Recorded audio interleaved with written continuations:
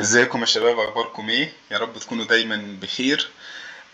ويا رب اكون بفيدكم دايما. هنبدأ ان شاء الله في الفيديو ده نحل الاسئلة بتاعت شابتر البون، شبه ما بنعمل دايما وشبه ما انا ما مش محتاج اكد. خلاص اعتقد ان انتم بقيتم عارفين ايه اللي بيتم. احنا طبعا بناخد مجموعة التشابترز مع بعض، ممكن او غالبا بيكونوا مرتبطين ببعض، في طبعا التشابترز ما بيكونش مرتبطين ببعض. وبعد مجموعة التشابترز دي بنحل عليهم او بننزل الحل بتاع الاسئلة بتاعتهم بعديهم على طول. مثلا خدنا المالجنانت والساليفري والبون، بعد كده هننزل اسئلة المالجنانت والساليفري والبون، بحيث ما ينزلش بعد كل تشابتر الاسئلة بتاعته علشان ما تتوهوش، لا تاخدوا جزئية كويسة محترمة من الشرح، وتقدروا بعد كده ترجعوا للأسئلة تكونوا حفظتوا التشابترز كويس.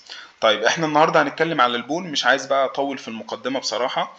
البون علشان بس ندخل فيه سريعا كده، كان عندنا اتنين كاتيجوريز كبيرة، اما نون نيوبلاستيك بون ديزيزز او نيوبلاستيك بون ديزيزز. النون نيوبلاستيك يعني الحاجات اللي ملهاش علاقة بالاورام تماما. طيب دول كانوا مجموعتين كبار، اللي هم ايه؟ اللي هم الهيريديتري بون ديزيزز، يعني امراض العظم الموروثة. وغير كده المجموعة التانية الاكوايرد بون ديزيزز، يعني يعني امراض العظم اللي الانسان بيكتسبها مع مرور الوقت، ملهاش علاقة بقى بالوراثة. تمام. وطبعا خلوا بالكم من الجزئية دي، مش معنى ان هي الانسان بيكتسبها مع الوقت ان هي ملهاش علاقة بالجينز، لا، الكلام ده غير صحيح. ممكن تبقى مكتسبة مع الوقت وليها علاقة بالجينز عادي جدا. طيب ليها علاقة بالجينز عن طريق ايه؟ عن طريق الطفرات اللي الانسان بيتعرض ليها مع مرور الوقت. تمام. ف ما تلخبطوش بين الحتتين دول، لان انتم بتلخبطوا بينهم دايما. كلمة هيريديتري يعني ايه؟ يعني هو وارثها من ابوه وامه، يعني في مشكلة في الجينز موروثة من الاب والام. انما اكوايرد في مشكلة في الجينز، ولكن الانسان اكتسبها مع مرور الوقت، ملهاش علاقة بالاب والام. تمام. طبعا مش كل الاكوايرد ليه علاقة بالجينز، مش شرط، ولكن اغلب البون ديزيز اللي علينا كاكوارد بيبقوا ليهم علاقه بالايه؟ بالميوتيشنز في الجينز. تمام. طيب يبقى الهيريديتري بون ديزيز شبه ما احنا قلنا هم اربعه، ثلاثه منهم في شابتر البون واتنين منهم مش علينا في التشابتر. اول واحده اللي هي الاوستيوجينيسيس امبرفكتا، اللي هي اسمها البريتل بون ديزيز. تاني واحده اللي هي الاوستيوبيتروزس، اللي هي اسمها التاني الماربل بون ديزيز. تالت واحد اللي هو التشيروبيزم، اللي هي طبعا مميزه جدا، اللي بتيجي بايلاترال في الاطفال. واتكلمنا عليها، بتبقى ليها مالتي يوليكولار ريديولوسنسي، بتيجي عند الانجل بتاعه الماندبل. كل ده هنتكلم عليه وهنحل عليه اسئلته ان شاء الله. اللي هي برضو اسمها التاني الفاميليال فايبرس ديسبليجيا. وطبعا مش محتاج اكد عليكم ان احنا قلنا ان الفاميليال فايبرس ديسبليجيا دي تعتبر ميس نمر. ليه ميس نمر؟ لان هم زمان كانوا بيعتقدوا ان هي من ضمن الفايبرو اوسيوس ليجن. ايه هي الفايبرو اوسيوس ليجن؟ هي ليجنز بتتشابه في الصوره بتاعتها كلها تحت الميكروسكوب، شبه ما اخدنا كده الجاينت سيل ليجنز وقلنا ان كلها بتتشابه تحت الميكروسكوب كجاينت سيلز ماليه الميكروسكوب. نفس الكلام الفايبرو اوسيوس ليجن هي عباره عن ليجنز بيكون معمول لها ميكس ما بين الفايبرس تيشو وما بين الاوستيويد تيشو. فكانوا بيعتقدوا زمان ان التشيربيزم من ضمن الفايبرو اوسيوس ليجن، عشان كده سموها فاميليال فايبرس ديسبليجيا. لكن هل هي فايبرو اوسيوس ليجن؟ لا خالص، بالعكس، ده احنا لما شفناها تحت الميكروسكوب لقينا ان هي من ضمن الجاينت سيل ليجن، وبالتالي ده يعتبر ميس نومر. طيب اخدنا تاني ميس نومرز من ضمن الاسماء، طبعا اخدنا ميس نومر تاني، اخدنا البايوجينيك جرانيولوما، واخدنا برضو حاجات تانية في شابتر البي 9 تيومر، واخدنا حاجات برضو في بقيه التشابترز واحنا ماشيين. وطبعا في شابتر السليفري برضو اخدنا حاجات من ضمن الميس نومر. تمام. فالتجميعه دي كلها خلوا بالكم منها، اللي قلتها لكم في كل في الرحله واحنا ماشيين لحد ما وصلنا لشابتر البول.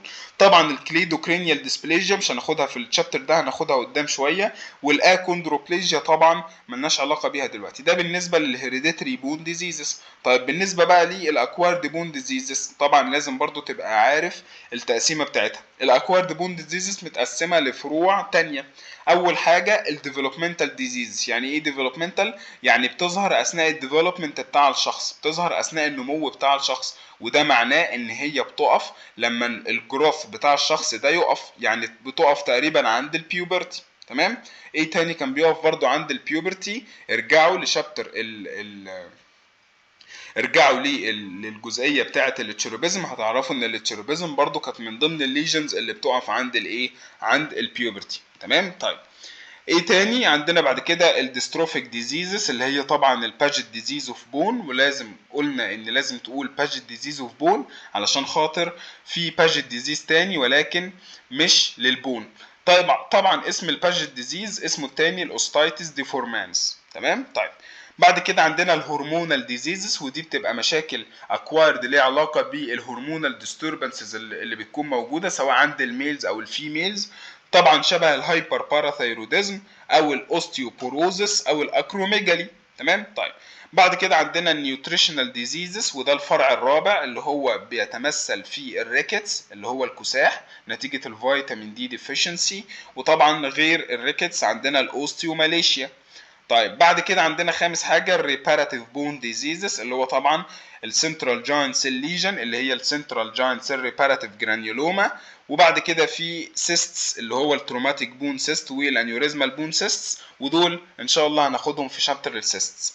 بعد كده عندنا النيوبلاستيك بون ديزيزز اللي هم اما بيناين واما مالجننت. البيناين طبعا عندنا الجاينت سيل تيومر، وعندنا الاوسيفاينج فايبروما، وعندنا الاوستيوما اللي احنا كده كده اخدناها في شابتر البي 9، والكوندروما اللي احنا برضو اخدناها في شابتر البي 9 عشان ما نكترش عليك في شابتر البون.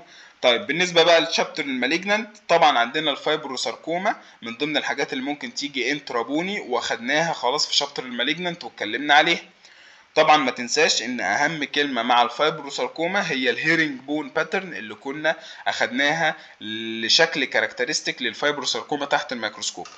طبعا بعد كده بقى في شابتر المالجننت هنتكلم على الاوستيوساركوما واتكلمنا عليها وهنشوف اسئلتها. وطبعا كان في اهم الكي ووردز اللي بتميز كل ليجن من الليجنز اللي انا لسه قايلها لك من شويه دي. طبعا الاوستيوساركوما اللي بيميزها ان هي بتبقى نادر ان هي تيجي في الجو، ولما بتيجي في الجو بتبقى البروجنوزس بتاعها احسن بكتير من اللونج بونز. طبعا بما انها ساركوماز فبتيجي عاده في السن الصغير، بيبقى ليها سان بيرست ابييرنس نتيجه التنشن اللي بيحصل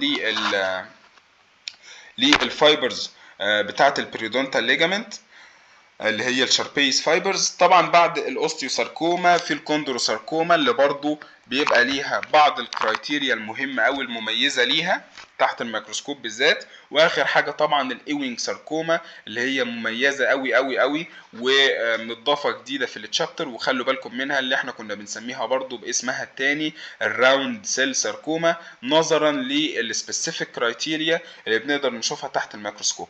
يبقى احنا كده عرفنا ان توزيعه الشابتر مهم قوي ان انت تبقى فاهمها، لان الشابتر ده من ضمن الحاجات اللي بتلخبط. لازم تبقى عارف ان احنا عندنا مجموعتين كبار او عندنا ريسين كبار. اول ريس اللي هو النون نيوبلاستيك بون ديزيزز، تاني ريس اللي هو النيوبلاستيك بون ديزيزز.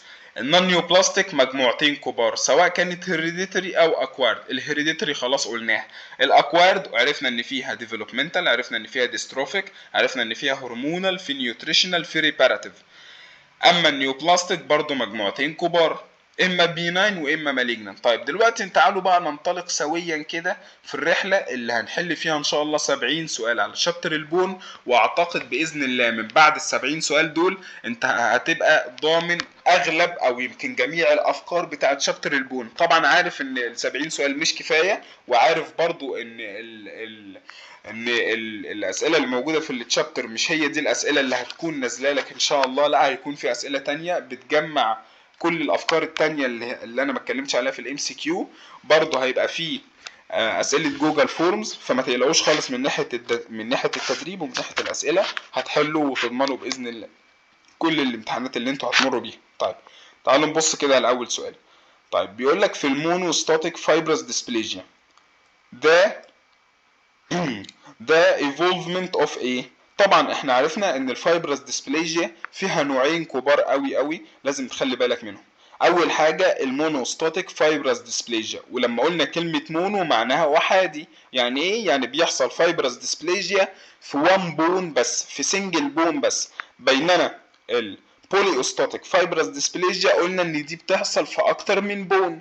وعرفنا برضو ان البوليوستاتيك فايبرس ديسبليجيا ليها نوعين بيجوا في اكتر من بون، اما النوع اللي هو بيبقى معاه اندوكراينال disturbances او بيبقى معاه اندوكراينال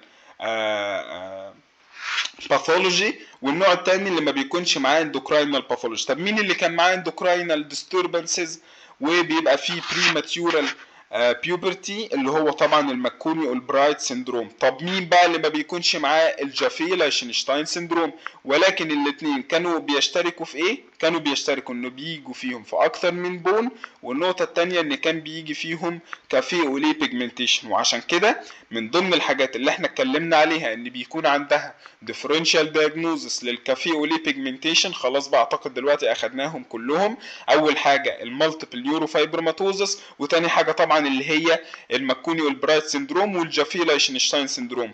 طبعا يعني دلوقتي اهو اديني عمال الف معاك السبع لفات ليه؟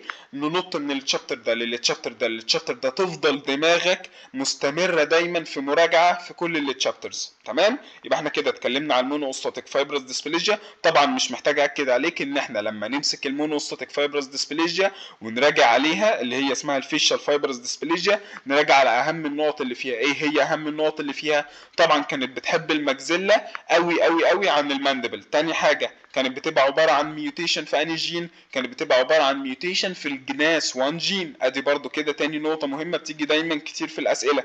طب ايه تاني بيحب دايما ان هي تيجي؟ لما بتيجي بتعمل مشكله في الاوكلوجن. طبعا ما بيحصلش اي ريزوربشن في الاسنان، ولكن ممكن نتيجه الضغط بتاع البون الجديد اللي هيتحط على التيث ممكن يحصل موفمنت شويه في الاسنان. مش بس كده، بيحصل كمان معاها داونورد سلوبينج في الاوكلوجن اللي بيبقى بتاع الابر جو. طيب ايه تاني برضو في المونوستاتيك فايبرس ديسبليجيا محتاجين نتكلم عنه؟ الراديوجرافيك ابييرنس بتاعها بيبقى فيري فيري امبورتنت. ايه هو الراديوجرافيك ابييرنس؟ بتمر بثلاث مراحل في الراديوجرافيك ابييرنس. اول حاجه ان بيبقى فيه ريديولوسنس. طب الريديولوسنس دي بقى نتيجه ايه؟ نتيجه الريزوربشن اللي بيحصل في العظم. طيب الميدل الميدل ليجن او الميدل تايم في الليجن دي في الراديوجراف بيبقى شكله ايه؟ بيبقى شكله جراوند جلاس ابييرنس، بيبقى عامل شبه الازاز المصنفر كانه كده محبب شويه. طب الحبوب دي نتيجه ايه؟ نتيجه ان بعد ما حصل ريزوربشن في البون ابتدى يتحط مكانه فايبرس تيشو، وعشان كده سميناها فايبرو اوسيوس ليجن. طيب الفايبرس تيشو ده اتحط ليه؟ اتحط علشان يعوض البون اللي حصل له ريزوربشن. طيب مع مرور الوقت بقى ايه اللي بيبتدي يحصل؟ بتبتدي الليجن تبقى ماتيور، تنضج. طب بعد ما بتنضج ايه اللي بيحصل خلال المرحله دي؟ بيتم تاني امتصاص وعمل ريزوربشن للفايبرس تيشو اللي اتحط مكان البون، وبعد كده يعوض مره اخرى بايه؟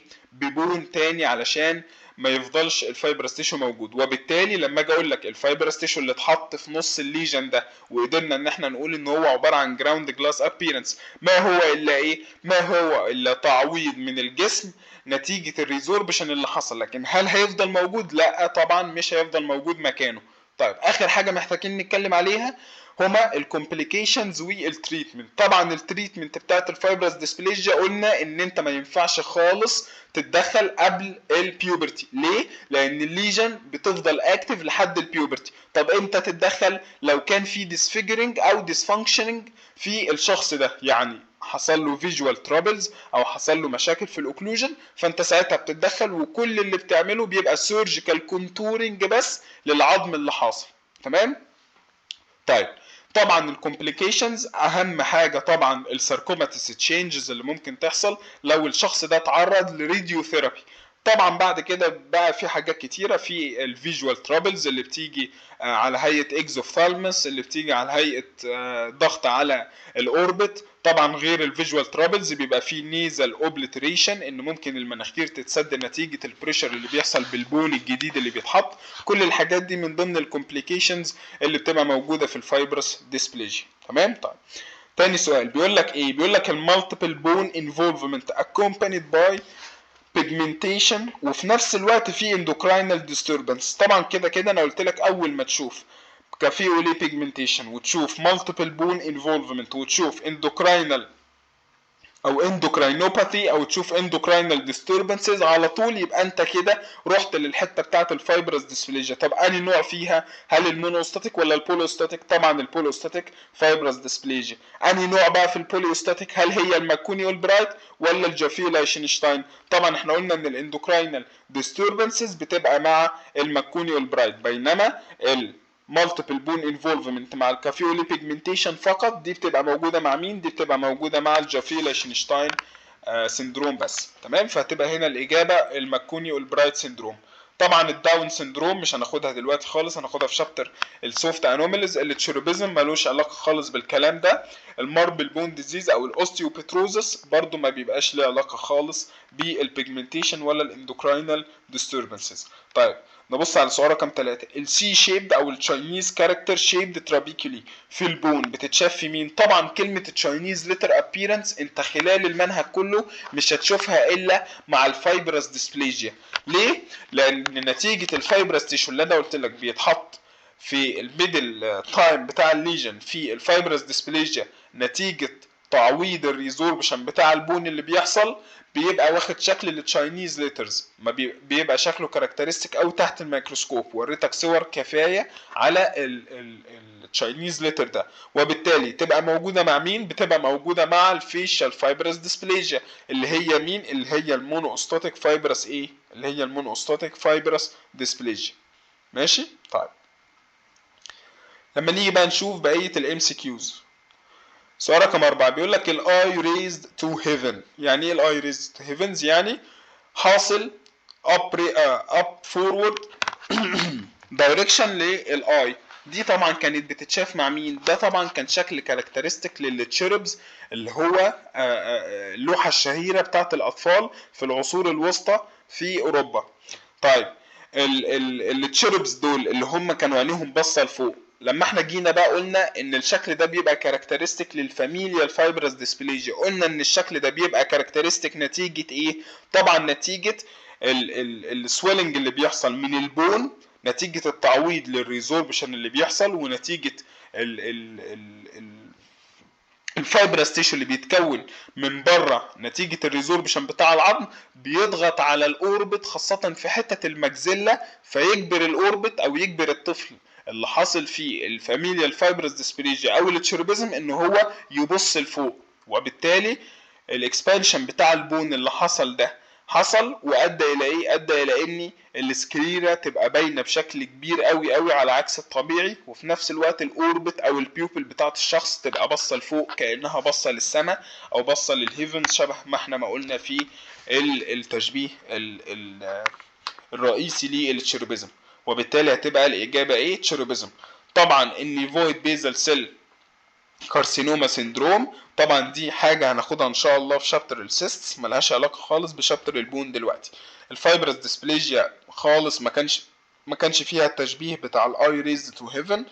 الباجيت ديزيز اوف بون نفس الكلام، ملوش علاقه خالص بالاي ريز تو هيفن، بالعكس التشبيه بتاع الباجيت ديزيز اوف بون اللي احنا هنشوفه ان الشكوى الرئيسيه زمان اللي كانت بتيجي للاشخاص اللي كانوا بيلبسوا البورنيطه او كانوا بيلبسوا الكاب الشهير قوي بتاع القرن العشرين، يقول لك انا الكاب ما عادش يدخل فيا، او البورنيطه اللي كانت بتتلبس ما عادتش تدخل فيه، او الطربوش يعني لو احنا هنقربه للتشبيه العربي. طيب الاوستايتس ديفورمانس دي طبعا كان تشبيه لمين؟ او ده كان المسمى الثاني او المسمى الاخر لمين؟ طبعا للديستروفيك بون ديزيز اللي هو الباجيت ديزيز اوف بون.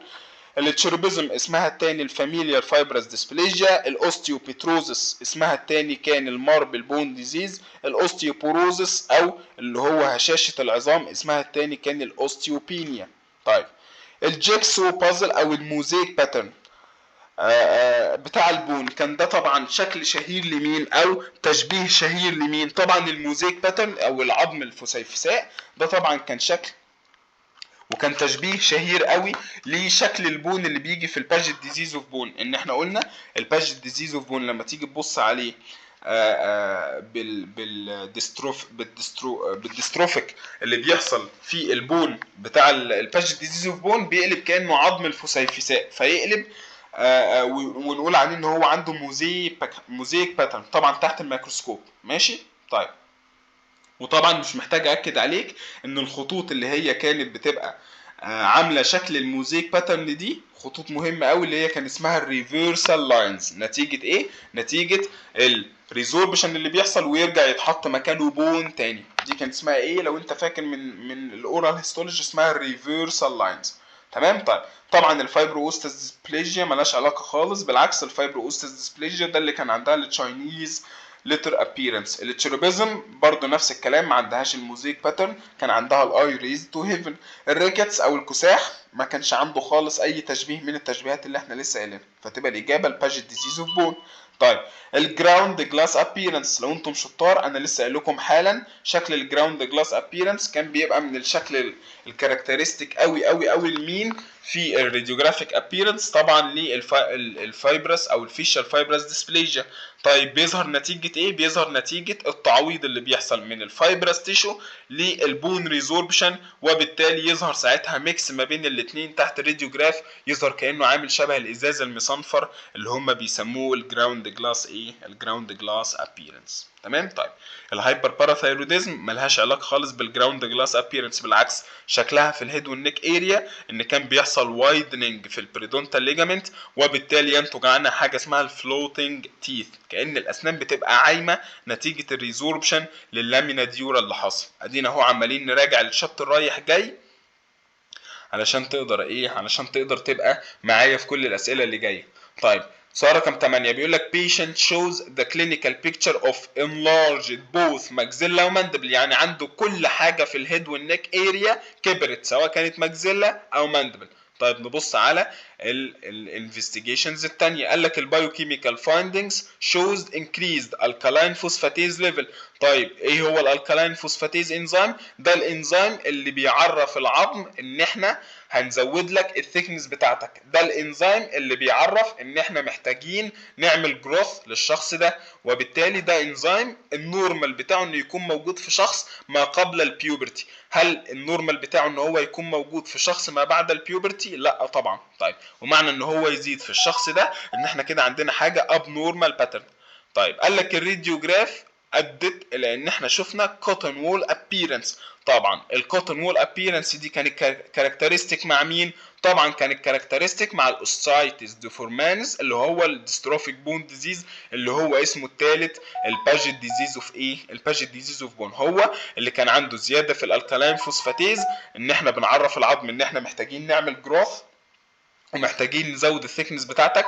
في نفس الوقت كان عندنا انلارجمنت للماكسيلا والماندبل، وفي نفس الوقت كان عندنا الكوتن وول ايه؟ الكوتن وول ابييرنس. تمام. طبعا في المونوستاتيك فايبرس ديسبليجيا احنا كان عندنا عظمه واحده بس او بون واحده بس هي اللي بتكبر، وغالبا بتبقى الماكسيلا الاوستيوجينيك امبرفكتا او الاوستيوجينيسيس امبرفكتا اللي هي البريتل بون اللي هي اللي بتبقى اسوشيتد معاها بريتل بون ديزيزز. طبعا دي كانت بتضرب اكتر من بون، ووقتها بيبقى حاصل مشكله في الكولاجين فايبرز اللي بتبقى موجوده داخل البون، ما بتبقاش ليها علاقه بالانلارجمنت بتاع الايه؟ بتاع البون. طبعا اخر حاجه اليونتيزيس اوسيا. اليونتيزيس اوسيا ده بيبقى شكل من ضمن الحاجات او من ضمن الكرايتيريا بتاعت الباجيت ديزيز اوف بون، ملهاش علاقه ان هي تبقى دايجنوزس لوحده ونقدر ان احنا ايه؟ نعتمد عليه، فخلوا بالكم من النقطه دي. طيب اللي هو طبعا بيبقى الشكل الاسد اللي بيبقى ظاهر في الفيشال بونز بتاعت الباجيت ديزيز. في المونوستاتيك فورم والبولوستاتيك فورم والكرينيو فيشال فورم والتشيروبيزم كلهم ديزيز باترنز اوف ويتش ديزيز، يعني من الاخر كده كلهم يعتبروا بيتشابهوا في ايه؟ سواء كانت مونوستاتيك او بولوستاتيك او الكرينيو فيشال فورم، بيتشابهوا في ايه؟ في ان هم كلهم ليهم الاسم بتاع الفايبرس ديسبليجيا. طبعا التشيروبيزم لو انا جيت قلت لك هل هو بيشترك معاهم في الاسم فقط ولا في الاسم والميكروسكوبيك ابييرنس، لو انت شاطر وفهمت المقدمه اللي انا قلتها لك تقول لي بيتشابه معاه بس في الاسم، ولكن الشكل الميكروسكوبيك ملوش علاقه تماما بالتشيروبيزم لسبب بسيط، ان التشيروبيزم اساسا دي ميسنومر وتعتبر من الجوينت سيل ليجنز، ما هياش ليها علاقه بالايه بالفايبرس ديسبليجيا. تمام. طبعا الكليدوكرينيال ديسبليجيا لسه ما خدناهاش. البراون تيومر اللي هو الهايبر باراثايروديزم اللي هي اسمها الثاني الفون ريكلينهاوسن، الفون ريكلينهاوسن ديزيز اوف ايه اوف بون. تمام. لان احنا اخدنا الفون ريكلينهاوسن ديزيز اوف سكين اللي هو المالتيبل نيوروفايبروماتوزس، اهو عمال اراجع معاكم بيناين ببون بمالجننت بكل حاجه. وبالتالي هتبقى دي باترن للفايبرس ديسبليجيا كاسم بس. طيب بيقول لك لارج كافيه وليه سبوتس، وخلي بالك ان هي اوف irregular مارجنز. طيب ليه بقول لك irregular مارجن؟ لان احنا اخدنا ان الكافيه وليه سبوتس اللي ليها ريجولار مارجن كانت موجوده في الحته بتاعه المالتيبل نيوروفايبروماتوزس، ان وقتها الكافيه وليه سبوتس كان عندها ايه ريجولار مارجنز، فخلي بالك من القصه دي. طيب وفي نفس الوقت قال لك في early puberty، يعني ايه؟ يعني شخص نضج بدري، نضج قبل ال 14 سنه، وبالتالي يبقى انت هنا عندك اكيد اندوكراينال، عندك اندوكراينوباثي او عندك اندوكراينال ديستوربنسز، وفي نفس الوقت عندك جراوند جلاس ابييرنس اوف بون راديوجرافيكالي. يبقى انت اكيد بتتكلم على الفايبرس ديسبليجيا. طب انهي نوع بقى من الفايبرس ديسبليجيا لو انت شاطر؟ اكيد الماكوني والبرايت سندروم. تمام. الريكتس ما عندهاش الوصف ده خالص، ولا الاوستيوماليشيا ولا الاوستيوجينيسيس امبرفكت او البريتل بون ديزيز. طيب الكومن سايت فور بوليوستاتيك فورم اوف فايبرس ديسبليجيا. البوليوستاتيك فورم عاده لما بتيجي الكومن سايت بتاعها بيبقى ايه؟ طبعا بيبقى البونز بتاعت السكال والفيس او الهيد والنك اريا، وعشان كده احنا بنشرحها لك. الفيمر والريبس او الاكسترا او الليمب او البونز بتاعت الليمب بيبقى رير ان يحصل فيها البوليوستاتيك فايبرس ايه ديسبليجيا. طيب السؤال رقم 12 بيقول all of the following are features of fibrous dysplasia except. احنا لما اتكلمنا على الفايبرس ديسبليجيا يعتبر اخدنا معظم الكرايتيريا اللي بتتسال فيها. فاول حاجه طبعا ان هي بيبقى عندها تشاينيز تشيبد بون ترابيكولي، دي اول حاجه. طيب تاني حاجة، هل بيبقى عندها اوستيوبلاستيك ريمنج؟ بالعكس، ده انا مأكد عليك في الشرح بتاعها في الميكروسكوبيك ابييرنس ان الرصة بتاعت الاوستيوبلاست اللي المفروض تكون موجودة بشكل طبيعي على حدود البون ترابيكلي في النورمال بون ما بتبقاش موجودة في الفايبرس ديسبليجيا. تمام. نبص الاختيارات التانية. larger than normal osteoblast، لا طبعا ما بتبقاش ما بتبقاش الاوستيوبلاست larger عن الطبيعي، بتبقى smaller عن الطبيعي، نتيجه ان هي مش قادره تقوم بالفانكشن بتاعتها في الايرلي والميدل ايه والميدل تايم ليجن. طيب رابع حاجه الكولاجين فايبرز اوف ترابيكلي اكستندنج انتو فايبرس تيشو. طبعا ايوه، وهو ده اللي بيخلينا نشوف الفايبرس ديسبليجيا ليها الجراوند جلاس ابييرنس اللي احنا ايه اللي احنا اتكلمنا عليه في الراديوجرافيك ابييرنس، وبالتالي ان هي بتبقى مليانه بالفايبرس ايه بالفايبرس تيشو. طيب السؤال رقم 13 بيون الماكوني والبرايت سندروم is also better known as ايه؟ هل بتعرف كمونوستاتيك فايبرس ديسبليجيا؟ طبعا لا، بتعرف كبوليوستاتيك فايبرس ديسبليجيا ان هي بتضرب اكتر من بون. طيب هل بتعرف كباجت ديزيز اوف بون؟ طبعا لا، وبالتالي الاجابه هتبقى لتر سي. الهايبر باراثايروديزم قلت لكم اسمها الثاني ايه؟ اسمها فون ريكلينهاوسن ديزيز اوف ايه؟ اوف بون. تمام. طيب سؤال رقم 14 هيريديتري. ادي اول حاجه هيريديتري يعني ايه؟ يبقى انت على طول حطيت نفسك في المجموعه الاولى في الحته بتاعت الهيريديتري بون ديزيز اللي احنا عندنا منها ايه؟ عندنا منها 3 بس في شابتر البون. اول حاجه الاوستيوجينيسيس امبرفكتا اللي هي اسمها التاني البريتل بون ديزيز. تاني حاجه الاوستيوبيتروزس اللي اسمها التاني الماربل بون ديزيز. واخر حاجه التشيروبيزم اللي اسمها التاني الفاميليال فايبرس ديسبليجيا. طيب قال لك نون نيوبلاستيك، تمام، بيأكد على الحته بتاعت هيريديتري. هيستولوجيكال سيميلر للسنترال جاينت سيل جرانيولوما. طالما قال لك هيستولوجيكالي شبيهه للسنترال جاينت سيل جرانيولوما اللي هي برضو تعتبر من ضمن الجاينت سيل ليجن، يبقى انت اكيد عرفت ان احنا بنتكلم على اني ليجن من ضمن الهيريديتري ليجنز. طيب وفي نفس الوقت قال لك ايه عشان ياكد لك برضو لو انت مش فاكر قوي؟ بيقول لك بتاثر على الجوز بتاعت التشيلدرن. تشيلدرن يعني ايه؟ يعني الاطفال الصغيرين. مش بس كده، كمان قال لك بتاثر على الجوز بايلاترال. هات لي بقى من كل الهيريديتري بون ديزيز اللي احنا اخدناها حاجه ليها الوصف ده.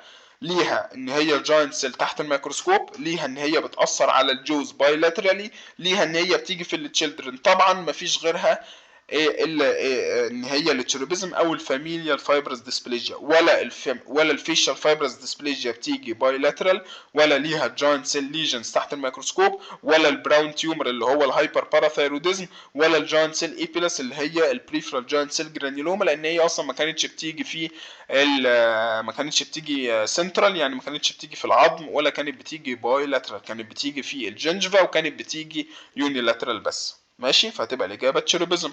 سؤال رقم 15. Which of the following histological features is found in Paget disease of bone؟ ايه اللي بنقدر نشوفه في الباجيت ديزيز اوف بون؟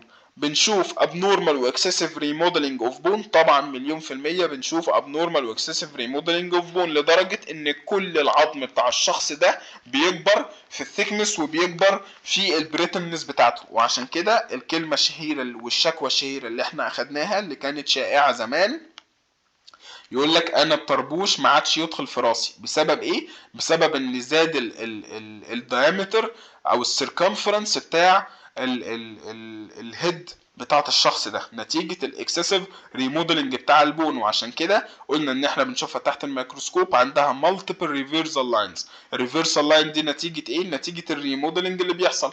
طب هو الريموديلنج ده بنقدر ان احنا بقى نشوف له شكل الكاركترستيك تحت الميكروسكوب اسمه ايه؟ اسمه موزيك باترن. تمام. طيب نكمل تاني.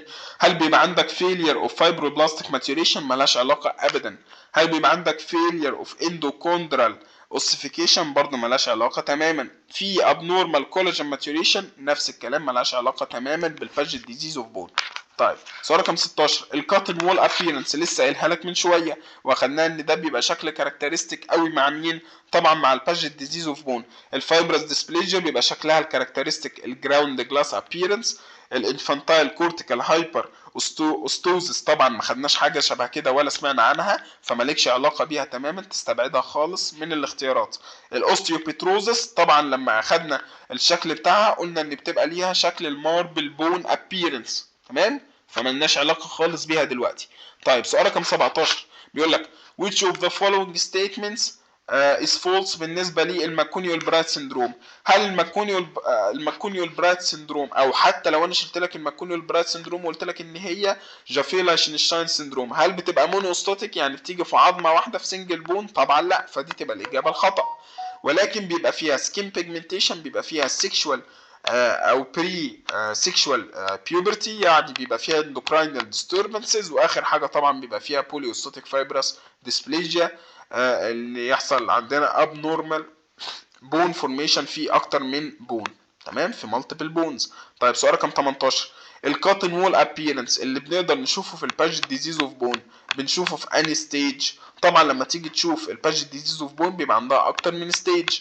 طبعا اول مرحله ودي اللي بيبقى كاركترستيك مع الكاتن وول ابييرنس نتيجة الريموديلنج اللي بيحصل ان احنا بنشيل من العظم الطبيعي، وبعد كده يزيد الالكالاين فوسفاتيز انزيم ونحط تاني كالسيوم مكان البون اللي احنا شلناه، وبالتالي البون لما بيتشال في الاول بيبقى منقر من كل حتة، فيدينا شكل الكاتن وول ابيرنس في الراديوجرافز اللي بنشوفها او البانورامز او ال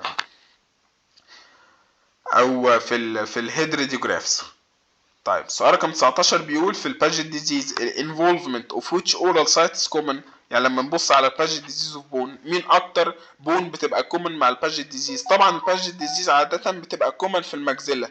مش بس هي كده، طبعا بيبقى كومن برضو الفيشال فايبرس ديسبليجيا برضو بتبقى كومن في الماكسيلا اكتر من الماندبل، ولكن ده ما يمنعش ان برضو في ليجنز كتيره مختلفه بتبقى كومن في الماندبل عن الماكسيلا. شبه مين؟ طبعا شبه طبعا فاميليال فايبرس ديسبليجيا اللي هي التشيروبيزم، وغيرها كتير شبه الاوستيوساركوما، شبه الايوينج ساركوما. خلي بالك من الكلام ده كله، فبتبقى كومن في الماكسيلا اكتر من الماندبل.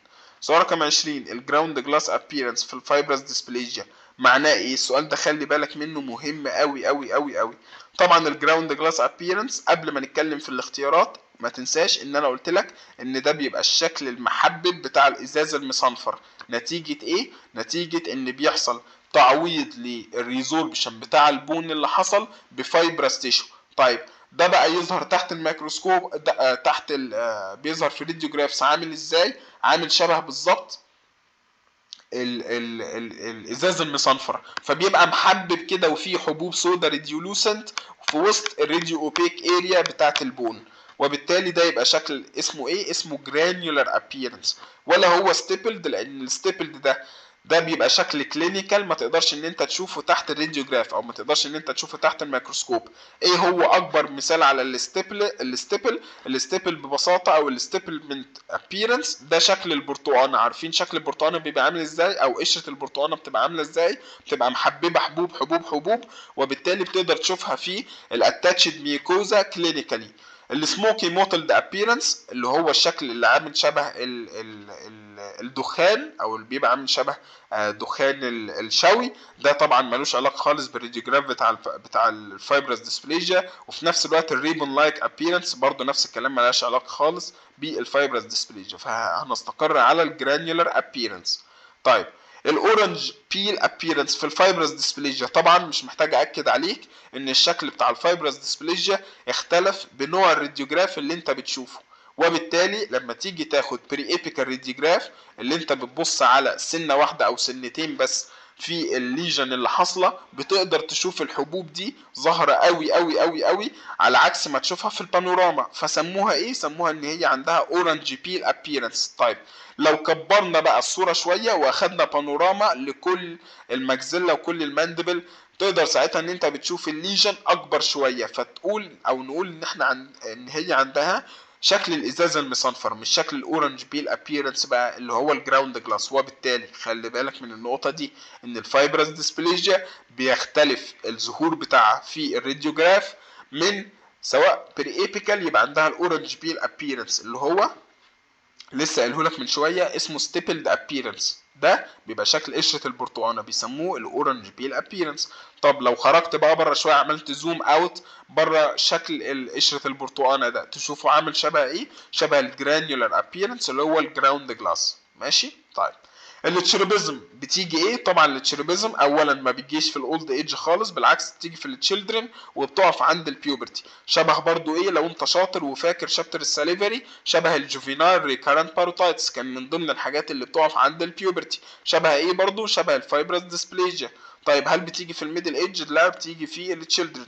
هل بتيجي يوديلاترال؟ طبعا لا، بتيجي بايلاترال، وبتيجي طبعا تيبيكال بايلاترال. يعني مش بس بايلاترال كده وخلاص على الناحيتين، لا ده بتيجي في الناحيتين وفي نفس المكان كمان. ماشي؟ طبعا مش محتاج اكد عليك ان هي برضو بتعمل اكسبانشن مهم قوي قوي قوي، بيؤدي الى شكل كاركترستيك اسمه او شكل التشيربز اللي هو اسمه الاي ريزد تو هيفن. خلي بالك من الجزئيه دي كويس قوي. طيب سؤال رقم 23 بقى بيقول ايه؟ which of the following statements is false بالنسبة للتشيروبيزم؟ يعني ايه من العبارات اللي جاية دي تعتبر خطأ بالنسبة للتشيروبيزم او الفاميليال فايبرس ديسبليجيا؟ طب قبل ما نتكلم على العبارات تعالوا كده نفتكر سوا ايه هي التشيروبيزم. اول حاجه في التشيروبيزم اسمها التاني، اسمه ايه؟ اسمه الفاميليال فايبرس ديسبليجيا. ادي اول حاجه. اتفقنا ان بيبقى ليها شكل كاركترستيك قوي اللي هو شكل التشيروبز اللي كان بيترسم في الرسومات بتاعه القرون الوسطى، اللي هو الاطفال اللي باصين دايما للسماء. طيب غير كده ايه ده بقى نستدل منه ايه كلينيكالي؟ ان اغلب الكلينيكال ابييرنس اللي بنشوفه للاطفال اللي عندهم التشيروبيزم بيبقى اطفال باصين دايما باستمرار للسماء. هل البصه دي بمزاجهم؟ لا خالص، البصه دي مش بمزاجهم. طب البصه دي بسبب ايه؟ بسبب الاكسبانشن اللي بيحصل في البون، اللي بيجبر الاوربت ان هي تطلع لفوق شويه، وتخلي البيوبل ان هو يبص دايما باستمرار للسقف او يبص دايما لاعلى. فنقول ان هي الاي ريزد تو هيفن، وبالتالي السكليرا او الجزء الابيض من العين يظهر بصوره اكبر من الطبيعي.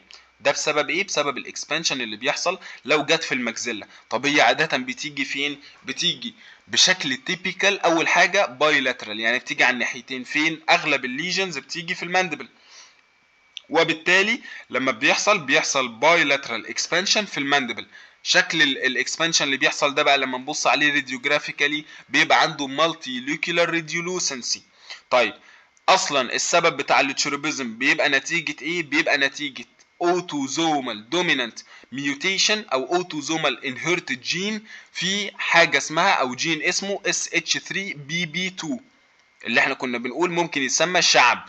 طيب شعب، هل ده اسم يعني تسهيلا عليك؟ تسهيلا عليك. عايز تعرفه شعب بي بي 2 ماشي، عايز تحفظه اس اتش 3 بي بي 2 مفيش اي مشكله. تمام. طيب واتفقنا برضو ان هي بتضرب الاطفال اللي في سن صغير، بتظهر عادة عن سن 3 سنين وتفضل مكملة لحد سن كام؟ لحد سن البيوبرتي او لحد البلوغ عامة، وبعد كده بتقف وما بتفضلش مستمرة، بيحصل لها ريجريشن. وبالتالي سؤال مهم قوي بقى خلال الجزئية دي، لو تدخلنا جراحيا علشان نشيل كل الاكسبانشن اللي عمال يحصل في البون، هل الليجن هتقف عند هذا الوقت؟ طبعا مش هتقف عند هذا الوقت، هترجع تاني بصورة اسوأ من الاول. وعشان كده نفس الفايبرس ديسبليجيا لما قلنا ان انت ما تتدخلش في الفايبرس ديسبليجيا قبل البيوبرتي. ليه؟ لان هترجع تاني ويحصل لها ريكارنس. نفس الكلام مع التشيروبيزم. طيب يبقى احنا كده اتكلمنا على اهم النقط اللي هي بتيجي في التشيروبيزم واللي عادة بيسأل عنها. طيب اول حاجة بقى is inherited as simple dominant او autosomal dominant. طبعا اجابة صحيحة. يعني ايه dominant؟ يعني صفة سائدة. يعني لو حصلت مشكلة في جين واحد في نسخة واحدة من ال SH3BB2 ده، قادرة ان هي تؤدي الى حدوث الايه؟ التشيروبيزم. طيب هل بتيجي بايلاترال سيمتريكال سويلنج اوف ذا جوز؟ طبعا اجابه صحيحه، بتيجي بايلاترال على الناحيتين، وفي نفس الوقت السيمتريكال اكسبانشن بيحصل بنفس الشكل. طيب histologically distinguishes from giant cell granuloma. تقدر ان انت تميزها وتعمل لها distinguishing من الجاينت سيل جرانيولوما تحت الميكروسكوب؟ طبعا اجابه خطا. ليه؟ لان الاثنين يعتبروا جاينت سيل ليجنز، الاثنين مليانين بالماكروفيجز، مليانين بالاوستيوكلاستس. ما هو ايه اللي هيعمل لك المالتيلوكولار ريديولوسنس؟ ايه اللي هيخلي لك ان البون يحصل فيه ريزوربشن؟ اللي هي الاوستيوكلاستس. فالاثنين سواء كان الجاينت سيل جرانيولوما سنترال او بريفرال ما اختلفناش، او التشيروبيزم، الاثنين تحت الميكروسكوب ما هم الا ايه؟ ما هم الا اوستيو كلاست قاعدين في الاستروما اللي حاصل فيها ريزوربشن للاوستيو تيشو. طيب ريسمبل مالتيلوكولار سيستس في الراديوجرافس، يعني تبص عليها في الراديوجراف تبقى عامله شبه كانها مالتيلوكولار سيستس، شبه الاكياس اللي ليها المالتيلوكولار ريديولوسنسي. طبعا اجابه صح. بيحصل لها ريجريشن افتر بيوبرتي، ايوه بتتراجع وبتتوقف بعد البيوبرتي. طيب سؤال رقم 24 bilateral symmetrical swelling of the mandible في تشايلد. تعرف لما اقول لك bilateral symmetrical swelling of the mandible ممكن يبقى ده يشير الى ان هي تشيروبيزم، ولكن اللي ياكد لك ان هي تشيروبيزم في الاختيارات اللي جايه لك ان لازم يقول لك تشايلد. مهم قوي كلمه تشايلد دي. تمام. الاكروميجالي طبعا ما بيحصلش فيها bilateral symmetrical swelling. الاكروميجالي بيبقى على كل البونز بتاعت الجسم. الباجيت ديزيز اوف بون نفس الكلام، ما بيبقاش فيه بايلاترال سيمتريكال سويلنج، بالعكس ده الماندبل والماكسيلا كلهم بيكبروا، وما بيبقاش في التشايلد، بيبقى في الاشخاص اللي غالبا عدوا ال 40 سنه، في الميدل ايجد بيشنتس. الريكتس طبعا ما بيبقاش فيه خالص السويلنج. الريكتس هو الكساح، وبيضرب اماكن تانية شبه الليجز او اللور ليمبس، وبيضرب التشيست، لكن ما بيظهرش بشكل واضح في الماندبل. لا، بيبقى عنده حاجه اسمها فرونتال بوسنج، اللي هو بيبقى عنده بروز للجبين واشكال تانية كتير بعيده عن السيمتريكال سويلنج بتاع الماندبل. التشيروبيزم لنفس الكلام، عمالين نكرر اهو في التشيروبيزم لان هي مهمه قوي. بتبقى اوتوزومال دوميننت، ايوه يعني مشكله واحده في نسخه واحده من الكروموزومز في ال SH3BB2 قادره ان هي تعمل لنا التشيروبيزم. بينما اوتوزومال ريسيسيف يعني ايه؟ يعني انت لازم يكون عندك مشكله في النسختين بتوع الجينز على التو كروموزومز. طيب اكس لينكد يعني ايه؟ يعني مرتبطه بالاكس كروموزوم اللي هو بيكون موجود في الميلز، وبالعكس احنا ما قلناش ان هي بتحب حاجه اكتر من حاجه او بتيجي في الميلز اكتر من الفيميلز. كونجنتال انوميلي يعني مشكله بتظهر اثناء الولاده؟ لا طبعا، بالعكس هي عباره عن اوتوزومال هيريديتاري دومينانت ليجن. طيب سؤال 26 بيقول لك which of the following statements is true بالنسبه للتشيروبيزم؟ بتبقى inherited كاكس لينكد، لسه نافينها فوق. histologically distinguished from giant cell granuloma، هل دي بتبقى histologically undistinguished يعني ما تعرفش تفرق ما بينها؟ وخلي بالك ما بين كلمه un اللي هنا وما بين كلمه distinguished بس. هنا بيقول لك histologically undistinguished. ايوه histologically undistinguished، انت فعلا ما تعرفش تفرق ما بينها وما بين الجاينت سيل جرانيولوما او اي جاينت سيل ليجن عموما. يعني ما تعرفش تفرق ما بينها وما بين الهايبر باراثايروديزم، ما تعرفش تفرق ما بينها وما بين الانيوريزمال بون سيست وهكذا. تمام. congenital in nature لا، هي بتبقى hereditary in nature. radiographically appear كunilocular region لا طبعا، radiographically بتظهر كمالتيلوكيولار سيمتريكال ليجن. تمام. طيب في الاوستايتس ديفورمانيز السيرم ليفلز اوف ذا فولوينج از نورمال اكسبت. يعني ايه؟ يعني لما تيجي تبص في اللابوراتوري انفستيجيشنز في حالات الباجيت ديزيز اوف بون، بتلاقي ان السيرم ليفل يعني مستويات الدم في كل الاختيارات اللي موجوده دي طبيعيه، ما عدا مين؟ الكالسيوم بيبقى طبيعي. طبعا الكالسيوم بيبقى طبيعي لان ما عندكش مشكله في الهايبر باراثايروديزم او ما عندكش مشكله في الهايبر باراثورمون هرمون. طيب هل بيبقى عندك مشكله في الفوسفيت؟ لا طبعا ما بيبقاش عندك مشكله في الفوسفيت. هل بيبقى عندك مشكله في الالكالاين فوسفاتيز؟ طبعا بيبقى عندك مشكله في الالكالاين فوسفاتيز. بيبقى ماله؟ بيبقى مرتفع. طيب مرتفع ليه؟ مرتفع بسبب ان احنا عندنا زياده في عمل البونز او زياده في الثيكنس بتاعه البون. طيب هو البون ده هيزيد ازاي؟ هيزيد بان انت لازم تبعت اشاره الى ان الكالسيوم محتاج يزيد في العظم اللي احنا بنحط فيه الكالسيوم.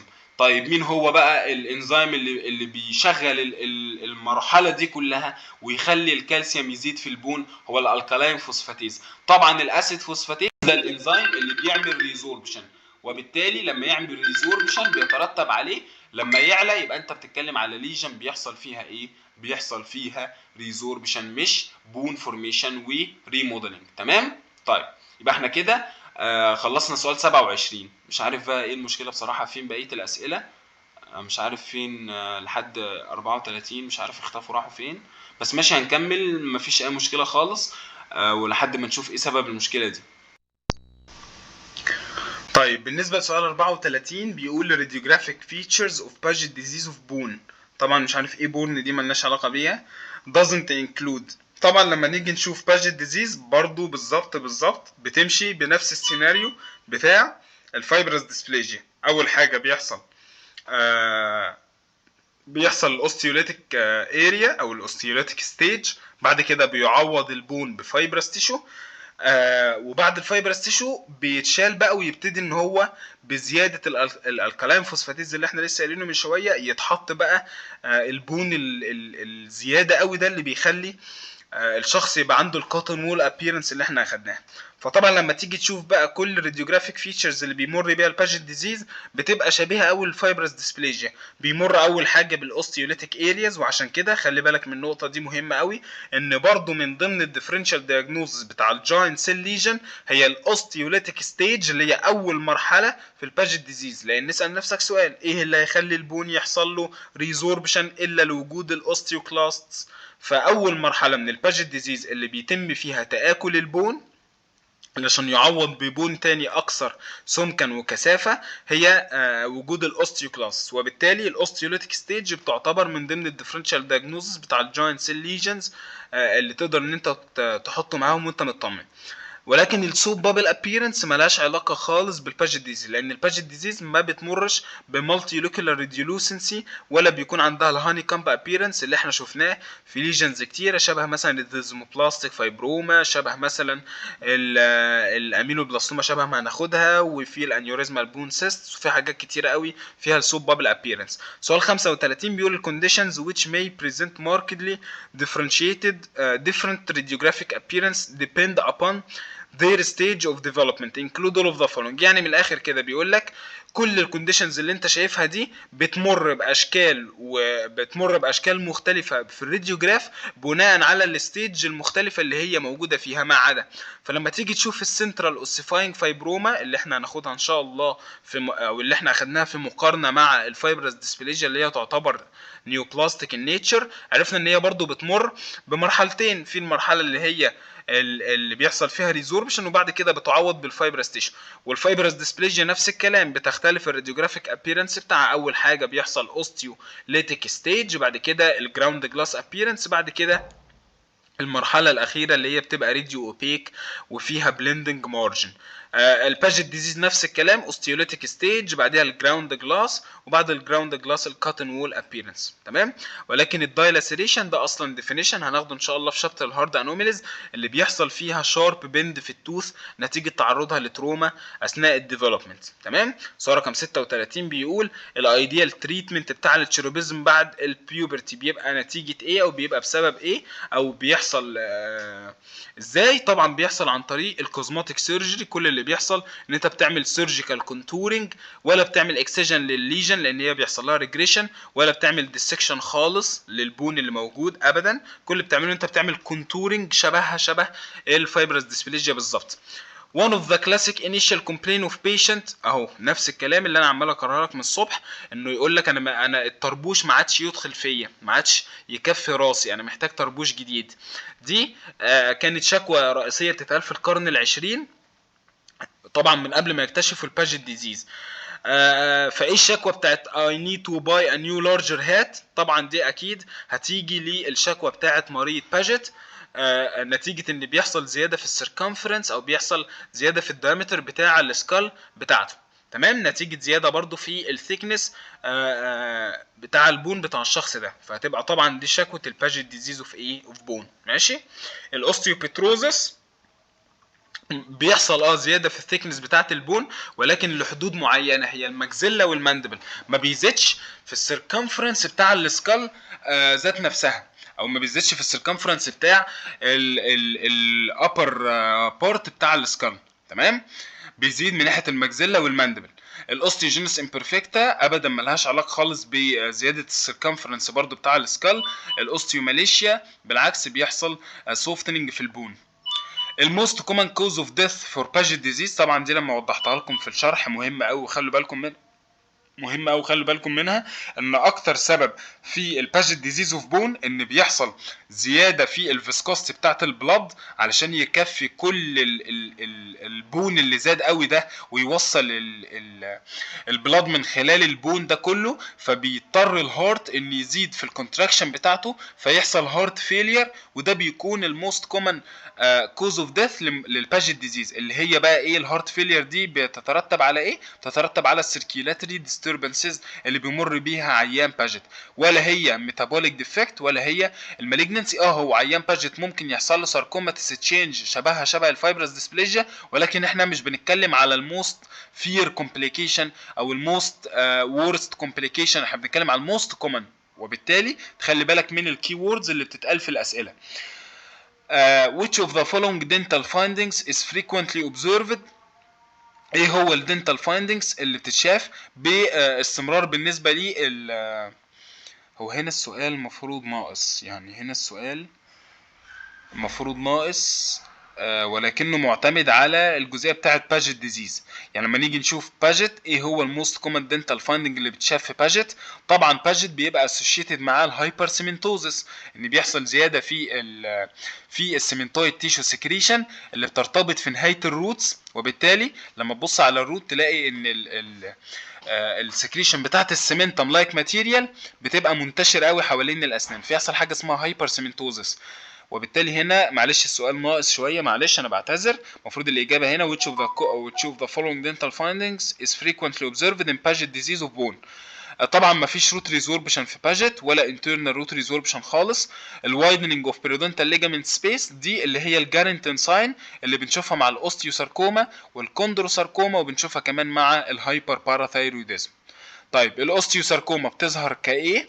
طبعا بتظهر ممكن عندها فاريشن يبقى ظاهره ريديولوسنت، في نفس الوقت عندها الجارنتين ساين اللي احنا اتكلمنا عليها، وبيبقى ليها السان بيرست ابييرنس اللي هو شكل اشعه الشمس نتيجه الاسترتش بتاع الشاربيس فايبرز بتاعه البريوستيوم. ولو انت شاطر كان في ديفرنشال دايجنوزس للسان راي ابييرنس دي اللي كان من ضمنها الاوستيوساركوما والكوندروساركوما والانترابوني فاسكولار مالفورميشن بتاعه شابتر البيناين تيومرز، فخلي بالك برضو من النقطه دي. الايوينج ساركوما ساركوما بيحصل فيها ريسيبريكال ترانسلوكيشن في انهي كروموزومز؟ طبعا يعني تخلي بالك قوي من قصه الكروموزومز دي، لربما يجي لك سؤال في الامتحان، هو ما جاش قبل كده ومش شائع ومش متكرر، ولكن اعرفها لربما تتسال فيها. طبعا الايوينج ساركوما الرقم وضعفه على طول 8 و14 دي هحتاجك معلش ان انت ترجع لشابتر المالجنسي، لان انت لو شاطر هتبقى عارف مين اللي كان بيحصل فيها ريسيبروكيشن في كروموزوم 8 و14. شوف بقى هل هي البيركتس ليمفوما، هل هي الفايبروساركوما. انت شاطر وهتعرف مين من الليمفوماز اللي كان بيحصل فيها ترانسلوكيشن 8 و14. طيب 7 و21 ما اظنش ان انت سمعت عنه، ولا 9 و13. تمام. طيب وده سؤال حفظ، انا مش هقدر اوضح لك فيه حاجه اكتر من كده. السؤال 42 بيقول لك commonly occur in young children. تمام. practically not occur في البلاك individual، يعني ما بتحصلش في البلاك individuals بصوره شائعه، وفي نفس الوقت بتعمل رابيد بوني اكسبانشن. مش بس كده، بص بقى، بص الكلينيكال برزنتيشن دي بيحصل معاها فيفر نتيجه النيكروزس اللي بيحصل في العظم. مش بس كده، كمان بيبقى معاها اليوكوسايتوزس، زياده في اليوكوسايتس، وبيبقى معاها انيميا. مش بس كده، كمان لما تيجي تبص عليها راديوجرافيكالي هتبص هتحس ان هي عندها نفس الراديوجرافيك ابييرنس بتاع الاوستيومايلايتس. طبعا لو انت شاطر ومذاكر كويس قوي المالجنانت تيومرز اللي في شابتر البون هتبقى عارف ان كل الوصف اللي انا قلته لك ده بينطبق تماما على حالات الايوينج ساركوما اللي اسمها التاني ايه، اللي اسمها التاني الراوند سيل ساركوما. تمام. هي اللي كان عندها نيكروزس وبيترتب عليه الفيفر، وكانت بتيجي طبعا في اليونج تشيلدرن، من الحاجات الكومن او في اليونج تشيلدرن. وكمان بيبقى مرتبط معاها ان بتدي راديوجرافيك ابييرنس شبيه للاوستيومايلايتس. تمام. طبعا مش محتاج اكد عليك ان انت لو رجعت لشابتر المالجنانت تيومرز وركزت لي على الكارسينوما كونيكيليتم كنت هتسمع برضو او هتخلي بالك من كلمه اوستيومايلايتس، ان هي برضو اتقالت وقتها.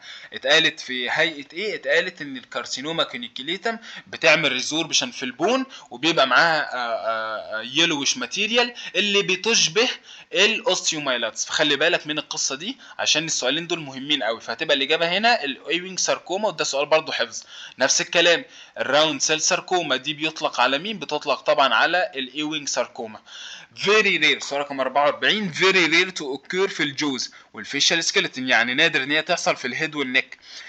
where most intraoral lesion، لما بتيجي بقى intraoral بتحصل في الانتيريور بارت بتاع المجزلة. تمام. وقال لك الموست often mistaken as benign lesion، واغلب الوقت بيحصل لها mistaken كبيناين lesion.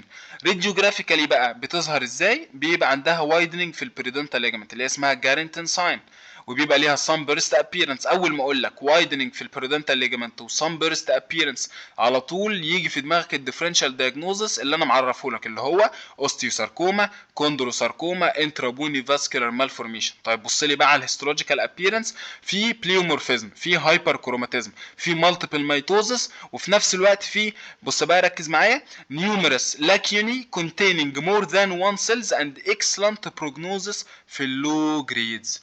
لو انت شاطر بقى اول ما اقول لك بليومورفيزم هايبر كروماتيزم يبقى تستبعد تماما الانترابوني فاسكولار مالفورميشن، يبقى انت بتتكلم على حاجه فيها مالجننت نيتشر. طيب لما تبص بقى قال لك في نيوميرس لاكيوني، طبعا كلمه لاكيوني دي اللي هي الفراغات اللي كانت موجوده حوالين السيلز، وكانت بتبقى كلمه تيبيكال على مين؟ على الكوندروساركوما، لان اساسا لو انت شاطر وفاكر الاوستيوساركوما ما كانتش فيها المالتيبل مايتوزس اللي كنا بنقدر نشوفه، بالعكس ده كان عندها لو مايتوزس. ده بالنسبه لمين؟ ده بالنسبه للاوستيوساركوما. مش بس كده، كمان اللي اكد لك ان هي كوندروساركوما ان قال لك ان بيبقى عندها اكسلنت بروجنوزس في اللو جريدز، لان انت لو شاطر لما جيت وضحت لك الكوندروما اللي في البنان تيومرز قلت لك ان هم ما بيعرفوش يفرقوا ما بين الكوندروساركوما وما بين الكوندروما، الاثنين بيبقى ليهم نفس الهيستولوجيكال ابييرنس، فبيعاملوا الاثنين معامله واحده.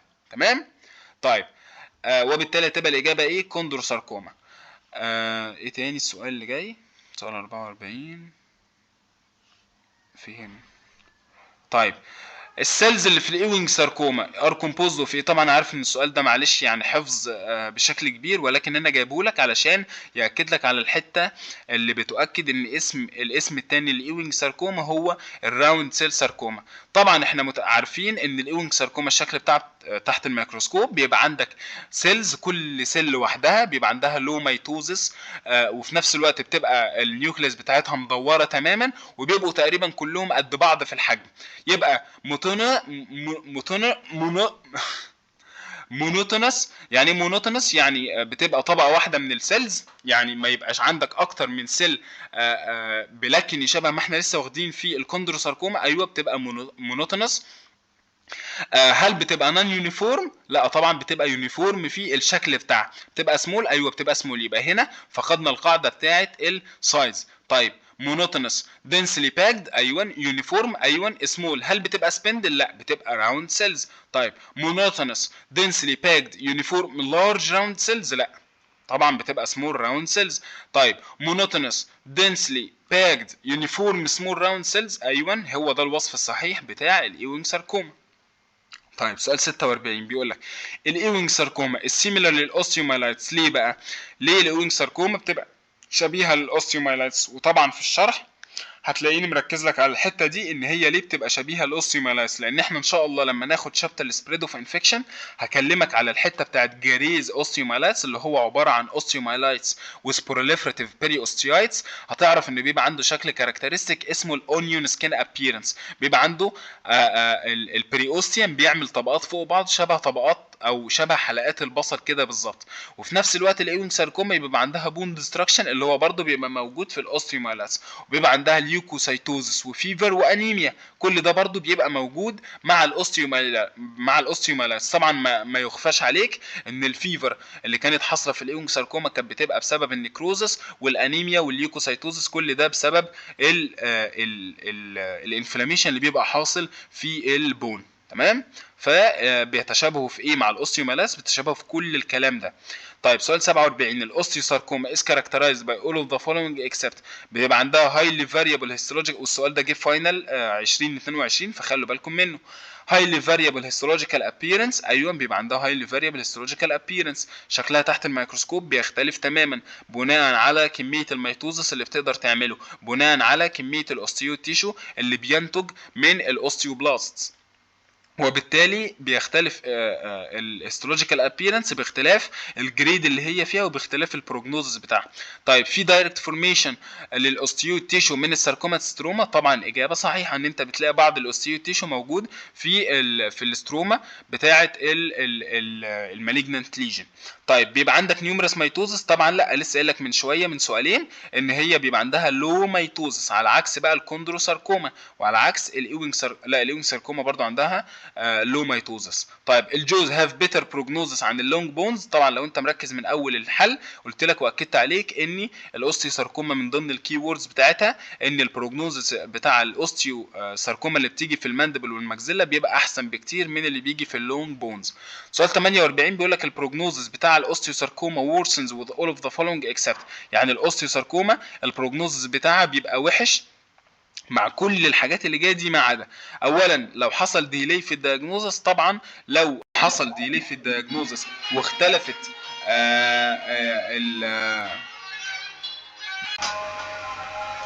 بعتذر عن مقاطعة يا شباب، انا اسف جدا معلش، مكالمة بس غصب عني. كنا قلنا في سؤال 48 البروجنوزس بتاع الاوستيوساركوما worsens with all of the following except الديلي في الدياجنوزس والتريتمنت. طبعا من الحاجات اللي هي بتأثر جدا على البروجنوزس بتاع الاوستيوساركوما لان هي بتتشابه مع حاجات كتيرة قوي، فبيتم تشخيصها للاسف متأخر وبيتم التريتمنت بتاعتها متأخر. ولا لو عندنا symptoms of pain and numbness. طبعا لو في symptoms البين ونمنس مع حاجه malignant تاكد ان هي كده ابتدت تمشي اما في طريق الانفيجن للاندرلاينج ماسلز والنيرفز، او ان هي ابتدت تعمل ميتاستس. هو ده السبب اللي يخليك تفكر للسيمتومز بتاعت البين والنمنس. طيب زياده في التيومر سايزز. طبعا مؤكد ان كل ما المالجننت تيومر تزيد في الحجم كل ما دي اثرت في البروجنوزس وخلت البروجنوز بتاعه وحش جدا. طيب نشوف بقى اخر حاجه اللونج بونز اوستيوساركوما، البروجنوز بتاع احسن من الجوز اوستيوساركوما. طبعا لسه قايلها لك من شويه، الجوز اوستيوساركوما احسن بكتير من اللونج بونز، وبالتالي هي دي الاجابه الايه الخطا. طيب الوايدند بريدونتال ليجامنت سبيس اللي هي اسمها الجارنتين ساين بتحصل في مين؟ لسه قايلها لك من شويه، وارجوك خلي بالك ما بين الجارنتين ساين وما بين الصن بيرست او الصن ريز ابييرنس. الصن بيرست ابييرنس اللي كانت بتبقى موجوده مع الاوستيوساركوما والكوندروساركوما والانترابوني فاسكولار مالفورميشن، بينما الجارنتين ساين دي اللي بتحصل مع الاوستيوساركوما والكوندروساركوما والهايبر باراثايروديزم اللي هي معاها وايدند بريدونتال ليجامنت ممبرين سبيس اللي هي فيها لوس لللامينا ديورا، اللي هي اسمها ايه تاني بقى؟ الهايبر باراثايروديزم، اللي هو اسمه فون ريكلينهاوسن ديزيز اوف بون. ليه؟ لان احنا اخدنا ان في حاجه اسمها فون ريكلينهاوسن ديزيز اوف سكين اللي هو المالتيبل نيوروفايبروماتوزس في شابتر البي9 تيومرز. طيب سؤال 50 بيقول لك all of the following are fibroosseous lesions of jaws except الاوسيفاينج فايبروما من ضمن الفايبر اوسيس ليجن. طبعا اجابه صحيحه، ودي من ضمن الديفرنشال دايجنوزس اللي تخلي بالك منه. الفايبرس ديسبليجيا ايوان، ده الاثنين كانوا محطوطين في مقارنه واحده في شابتر البون. طيب الفاميليال فايبرس ديسبليجيا، طب ايه هو الاسم الثاني الفاميليال فايبرس ديسبليجيا؟ هو التشيروبيزم. وبالتالي التشيروبيزم لو انت ركزت في اول الشابتر قلت لك ان هو من ضمن الحاجات المسنومر اللي ما ينفعش ان هي تتحط في الديفرنشال دايجنوز بتاع الفايبر اوسيس ليجن، وكانوا اخطاوا فيها زمان واعتقدوا ان هي من ضمن الفايبر اوسيس ليجن، لكن لما بصوا عليها تحت الميكروسكوب لقوا ان هي من ضمن الجوينت سيل ليجنز العاديين جدا جدا. طيب سؤال 50 لتر دي سيمنت اوسيس ديسبليجيا، ايوه من ضمن الحاجات اللي عندها فايبر اوسيس ابييرنس. الفاميليال جايجانتي فورم سيمنتوما برضو من ضمن الديفرنشال دايجنوزس بتاع الفايبر اوسيس ليجن. سؤال 51 it is characterized by foci of mineralized form of woven bone او cementum like round او cementum like material around a cellular intensely basophilic structures. يعني من الاخر كده بيقول لك ان احنا عندنا ليجن فيها فصاي من المينرالايزد بون، سواء كان ووفن بون او ومعاها كمان سيمنتم لايك ماتيريال مع cellular intensely basophilic structures. اللي هو ايه بقى لو انت شاطر؟ الانتنسلي basophilic structures اللي هو اكيد الفايبرس تيشو اللي هو بيدينا التشاينيز ليتر ابييرنس. يبقى انت عندك اوستيويد تيشو معاها فايبرس تيشو، يعني انت بتتكلم على فايبرو اوسيس ليجن. طيب replaced by benign connective tissue except مين بقى من كل دول فايبرو اوسيس ليجن؟ طبعا الفايبرس ديسبليجيا اكيد.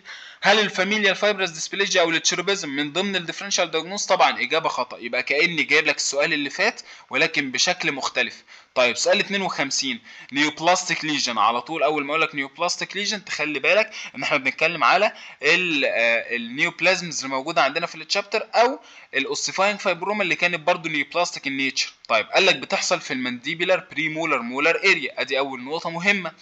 طيب قال لك في الثيرد والفورد ديكيدز، اول ما اقول لك الثيرد والفورد ديكيدز على طول تلغي من دماغك الفايبرس ديسبليجيا والتشيروبيزم لسبب بسيط. اولا هم مش نيوبلاستيك ان اوريجين، وفي نفس الوقت ما بيجوش في الثيرد والفورد ديكيدز، دول بيجوا في اليونج ايج شبه التشيلدرن وبيقفوا عند البيوبرتي. طيب بص كده فيميل بريديلكشن، يعني بتحب الفيميلز قوي، دي طبعا كانت كاركترستيك قوي مع الاوسيفاينج فايبروما.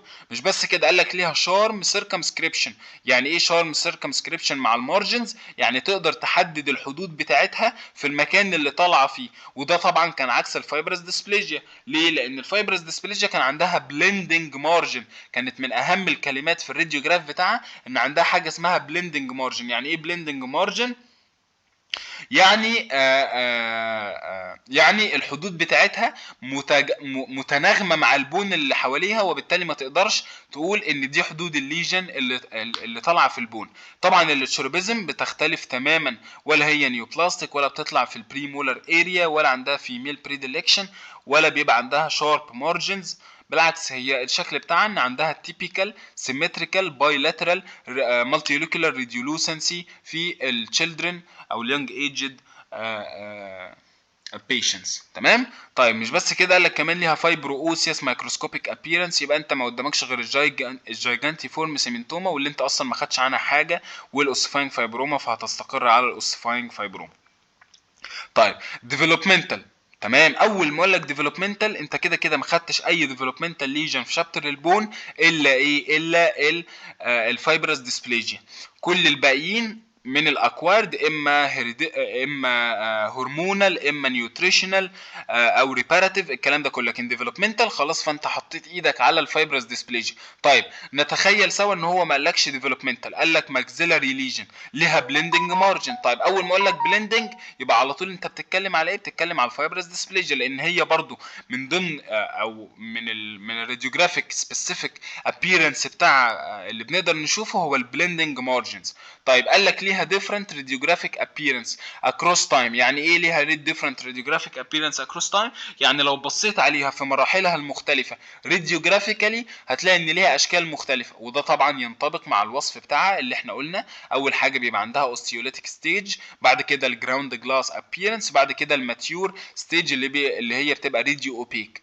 تمام. وفي نفس الوقت قال لك ليها تشاينيز ليتر ابييرنس هيستولوجيكال. يبقى انت مليون في المية خلاص قدرت ان انت تتكلم على الفايبروسيس ديسبليجيا، وقدرت ان انت تستبعد الاجابات التانية. طيب قال لك بيناين نيوبلازم ليها وايد ايج رينج separated into main clinical pathological entities او تايبس. بلاش entities دي علشان يعني ايه ما تلخبطكش. تو main clinical pathological types where it derived from progenitor cells بتاعة البيريدونتال ligaments. يعني عندك نيوبلازم benign in nature ليه تو تايبس بيجي من السيلز بتاعة البيريدونتال ليجامنت. مش بس كده، دول بيبقى عندهم قدرة ان هم يعملوا differentiated الى فايبروبلاستس، اوستيوبلاستس، و كوندروبلاست. المفروض هنا في كوندروبلاست بس في خطأ.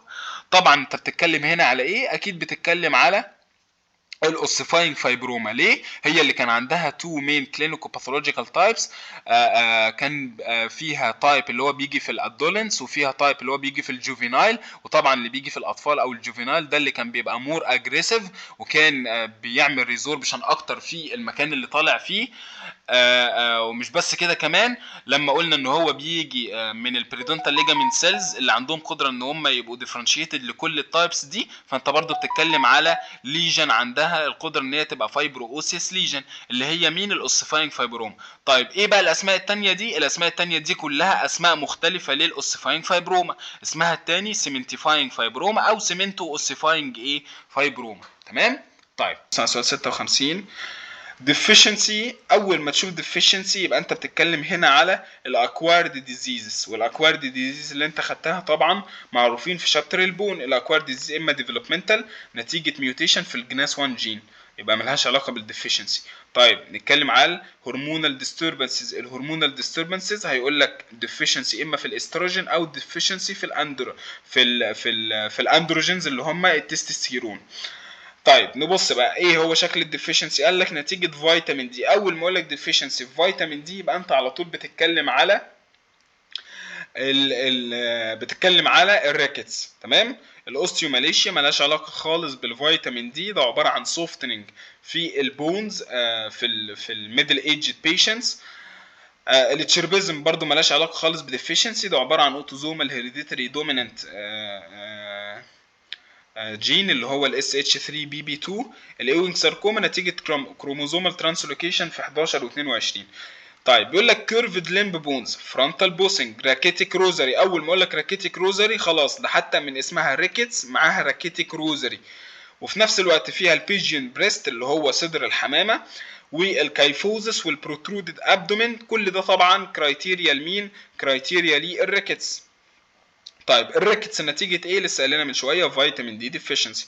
الريكتس والاوستيوماليشيا بيبقوا بسبب ايه؟ طبعا الثلاث اسباب مهمين قوي وموجودين ومكتوبين لك في التشابتر. اول حاجة طبعا الفيتامين دي ديفيشنسي، الكالسيوم ديفيشنسي، او ان يكون عندك ديفيشنسي او ابنورمال يوتيلايزيشن للانورجانيك فوسفيتس. طبعا الفيتامين ديفيشنسي ده السبب الرئيسي للريكتس، بينما السببين الرئيسيين التانيين للاوستيوماليشيا هو الكالسيوم ديفيشنسي او ان يكون عندك مشكله في استخدام الانورجانيك سولتس اللي موجودين في الجسم عندك، وده طبعا بيؤدي لايه؟ بيؤدي لسوفتننج في البونز. طبعا يعني الاوستيوماليشيا الشكل الخارجي بتاع البونز بيفضل زي ما هو، ولكن المحتوى بتاع البون من جوه بقى هو اللي بيكون اب نورمال. فخلي بالك من الحته دي، ان الاوستيوماليشيا لما بتظهر في الميدل ايجد بيشنتس ما بيبقاش في علاقه في الشكل على قد ما بيكون في علاقه في الكواليتي. تمام، عشان النقطه دي هتفرق معانا ما بينها وما بين الاوستيوبوروزس. طيب الاسوشيتد اورال والدنتال تشينجز في الريكتس may be include all of the following except. بيبقى عندك هاي بالات وبروترودد بري ماكسيلا في الريكتس، طبعا مليون في المية بسبب ان الشخص ده بيبقى عنده فيتامين دي ديفيشنسي، فالتو بالاتاين بروسيس ما بيقفلوش في الوقت اللي المفروض يقفلوا فيه، فبيبقى عنده هاي بالات. تمام. طيب الماندبل بيند ابورد بروديوسينج بوستير اوبن بايت، طبعا غلط، بالعكس الماندبل بيبند داونورد، بينزل لتحت نتيجه انه مش قادر يقفل على بعضه، وبالتالي بيدينا انتيريور اوبن بايت مش بوستير اوبن بايت. طيب بيبقى عندك ديليد eruption اوف تيث، طبعا مليون في المية بسبب ان الكالسيوم ما هوش مستخدم بالشكل الكويس اللي المفروض يكون عليه، وفي نفس الوقت برضو الكالسيوم اللي هيدخل في الانامل مش هيكون كافي، فيبقى عندك هايبوبلاستيك انامل. هيبقى عندك protruded upper anterior teeth طبعا، وده برضو يميك سنس ان هيكون عندك anterior open bite مش posterior open bite. طيب قال لك characterized by diffuse osteopenia، يعني ايه؟ يعني عندك decrease في البون density ولكن diffuse مش local، وفي نفس الوقت عندك decreased serum calcium، يعني الكالسيوم اللي في الدم قليل. مش بس كده، كمان الفوسفات اللي في الكالسيوم اللي في الدم قليل. مش بس كده، اليورينري كالسيوم اكسكريشن قليل. طب ليه قايل لك اليورينري كالسيوم اكسكريشن قليل؟ علشان تستبعد بقى في الوقت ده الهايبر باراثايرويدزم، خاصة السكندري. ليه؟ لأن هي اللي كان معاها زيادة في اليورينري كالسيوم اكسكريشن. مش بس كده، كمان الهايبر باراثايرويدزم كان معاها كمان انكريس في السيرم كالسيوم. وبالتالي تستبعد برضو من خلال اليورينري كالسيوم اكسكريشن الاوستيوبوروزس. ليه؟ لأن الاوستيوبوروزس معاها انكريس في السيرم كالسيوم. وقال لك انكريز في السيرم الكالاين فوسفاتيز، طبعا كل ده بينطبق على الاوستيوماليشيا. سؤال 62 it is due to overgrowth of growth hormone. اول ما اقول لك زياده في الجروث هرمون، طبعا بقى اي ما كان السبب ايه، هل في ادينوما في البيتيوتري جلاند، هل هو ميوتيشن في الجين بتاع الجروث هرمون، اي ما كان السبب ايه، ولكننا هنتفق ان الجروث هرمون ما اتذكرتش الا مع مين؟ الا مع الاكروميجالي. تمام. طيب بالنسبه بقى للاوستيوبينيا، نبص كده على الاوستيوبينيا.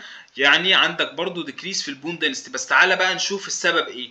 قال لك اما يكون ديفيشنسي في الاستروجين او الاندروجينز، تمام، او ممكن يكون نتيجه نيجاتيف كالسيوم بالانس، او يكون ستيرويد ثيرابي، او سموكينج، او هاي الكحول انتيك، او ليك في الفيزيكال اكسرسايز. طبعا دي ما اتذكرتش كل الاسباب دي الا مع الاوستيوبروزس، هشاشه العظام، وبالتالي هشاشه العظام بتتفق مع الاوستيوماليشيا في ان الاثنين عندهم ديكريز في البون دنسيتي، بس الفرق ان الاوستيوبروزس ممكن يبقى معاها بعض البون مانيفستيشن.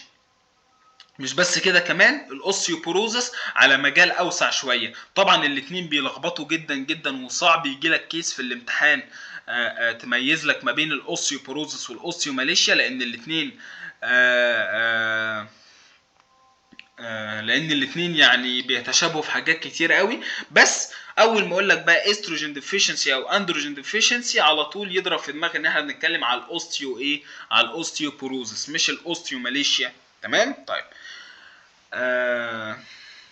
سؤال رقم 64 بيقول لك old female referred from orthopedic clinic، يعني حصل لها ريفير من عيادة العظام نتيجة ان هي عايزة تعمل multiple restoration. طيب ما علينا من القصة دي كلها. كان عندها ايه بقى الست دي؟ كان عندها باك بين، عندها ألم في ظهرها، عندها loss of height، وعندها hunched back، يعني عندها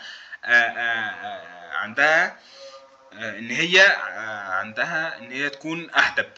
طيب وعندها باثولوجيكال فراكتشر. مش بس كده، كمان راديوجرافيكالي عندها ايه؟ عندها جنرالايزد اوستيوبينيا، يعني عندها ديفيوز ديكريز في البون دنسيتي بشكل عام في كل جسمها. طيب اللابوراتوري انفستيجيشنز لقت ان هي عندها ديكريس في الاستروجين سكريشن. خلاص، اول ما اقول لك هرمونال ديستوربنسز مع كل الكرايتيريا بتاعه البون دي كلها واولد فيميل، يبقى انت اكيد بتتكلم على الاوستيوبينيا او الاوستيوبوروزس. تمام، مش بتتكلم بقى هنا على الاوستيوماليشيا اللي عندها سيرم كالسيوم مش عارف ايه والفوسفيت كالسيوم واليورينري كالسيوم ايه. لا، انت هنا بتتكلم على واحده عندها هرمونال ديستوربنسي او عندها اندوكراينوباثي، فانت بتتكلم على الاوستيو ايه ماليشيا. تمام. طيب سؤال 65، differential diagnosis للجوينت سيل ليجن include all of the following except.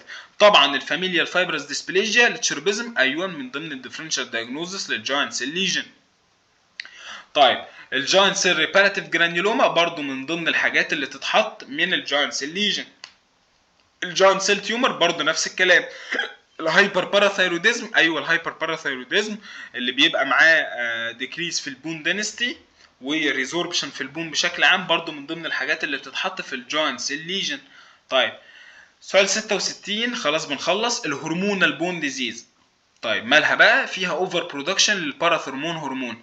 طيب ادى الى ايه زياده الباراثرمون هرمون؟ طبعا بشكل طبيعي هيزيد الكالسيوم، بس الكالسيوم بقى لما زاد قال لك ان هيحصل هايبر كالسيم، يعني زاد في الدم. وعندك ويكنس في البون. تمام، مور كومن في الفيميلز، مفيش اي مشكله.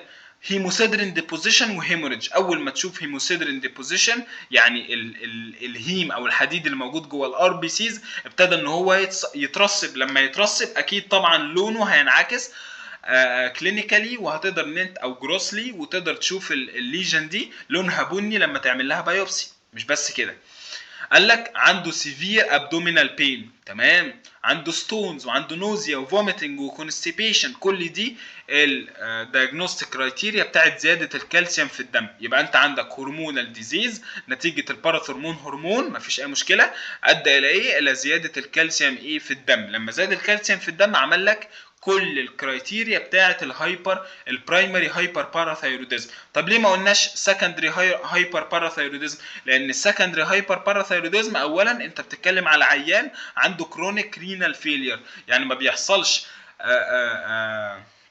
ري ابزوربشن للكالسيوم، وبالتالي الكالسيوم بيقع في اليورين. لما الكالسيوم بيقع في اليورين ما بقاش انت عندك كالسيوم في البلد، فمش هيبقى عندك هايبر كالسيميا. لما ما يكونش عندك هايبر كالسيميا هيفضل البون يتاكل منه وينزل الكالسيوم اللي بقى موجود في البلد في اليورين، فمش هيكون عندك كل الكرايتيريا بتاعت زيادة الكالسيوم في الدم دي اللي هي المونز والجرونز والستونز والبونز. فاكر الكرايتيريا اللي احنا اخدناها مع البرايمر هايبر باراثايروديزم اللي هو كان ايه؟ كان عندك مشاكل في البونز فقلنا اسمها بونز، كان عندك مشاكل في الجي اي تي قلنا اسمها مونز وجرونز وستونز.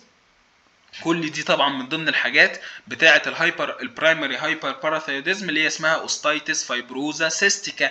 وجت منين اوستايتس فايبروزا سيستيكا؟ ان انت الليجن من كتر ما بيحصل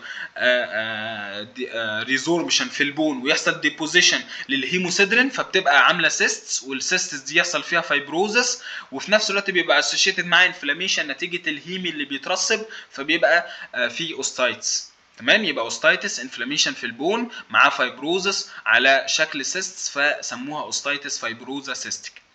تمام. طيب سؤال 67 قال لك في براون نودز او اوستايتس فايبروزا سيستيكا وفي نفس الوقت في بون ريزوربشن. تمام، كل الكلام ده ما يقدرش برضو يديني دايجنوزس ان احنا بنتكلم على انهي نوع من الهايبر باراثايروديزم.